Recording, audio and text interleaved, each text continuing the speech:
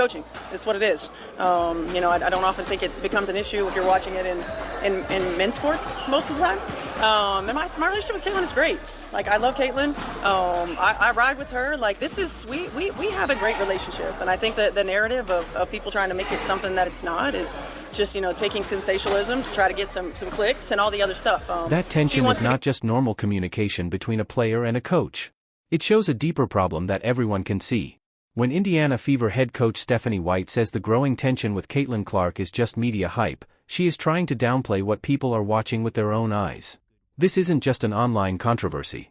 Clark's body language, the quick substitutions, and the way the team is being coached have led many people to believe the coaching staff is not making the best use of her unique talent. I want her to help me be a better coach. We're both competitive. We're both stubborn. That's the problem right there. You stubborn and you want to do things your way. If you riding for her, then why are you subbing her out the game every damn 3 minutes? Why are you subbing her out the game every 3 minutes if you ride for her? Why are you not creating a system on offense and defense that suits to her strengths? Why is there no plays run for her to get open looks? Why is there nothing drawn up for Caitlin Clark? We watch 4 quarters of basketball. The problems on the court are easy to see, and the numbers support what fans are watching. Many people believe the offense is not designed to make the most of Caitlin Clark's strengths. Instead of using fast breaks, high pick-and-roll plays, and quick cross-court passes to create open shots, the team often slows down and leaves Clark standing on the outside while the shot clock runs down. Over an entire game, fans rarely see plays specifically designed to get their main playmaker an open shot.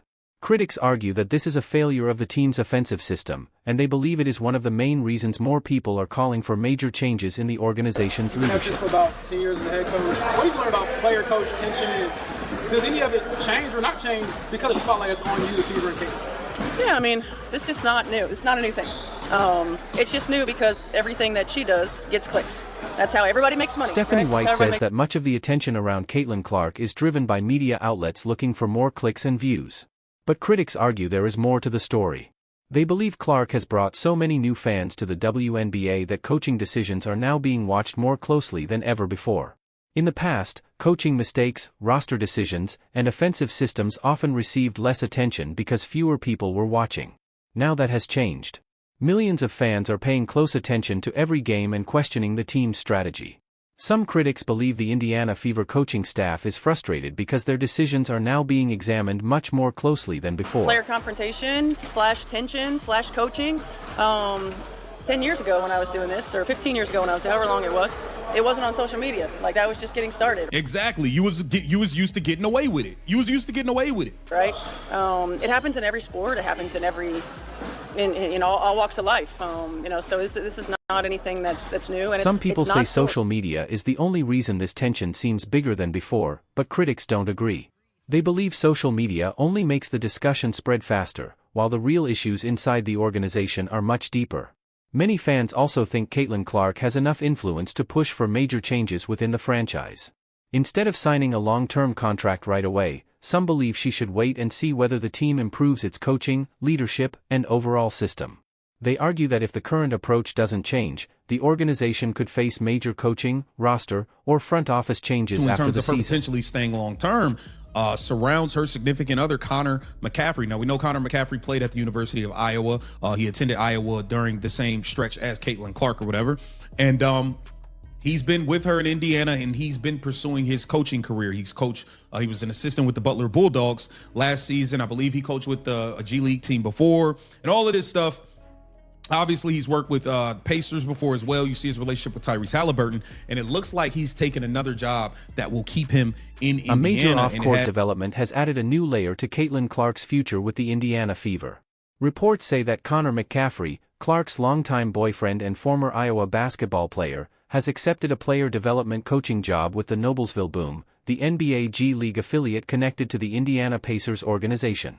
Because the Pacers and the Fever share the same ownership, his new role keeps him close to Clark in Indiana. Many people see this as a sign that Clark could stay with the Fever for a long time. Others believe it actually gives her more leverage. They argue that even with her personal life becoming more connected to Indiana, Clark still has to think about what is best for her basketball career. Critics say the team's current style does not fully use her strengths, pointing to an offense they believe is too slow and teammates who often play more individually than within a fast-moving system. They argue that if the coaching staff and roster do not improve, Clark could choose to wait before signing a long-term contract and push for changes instead.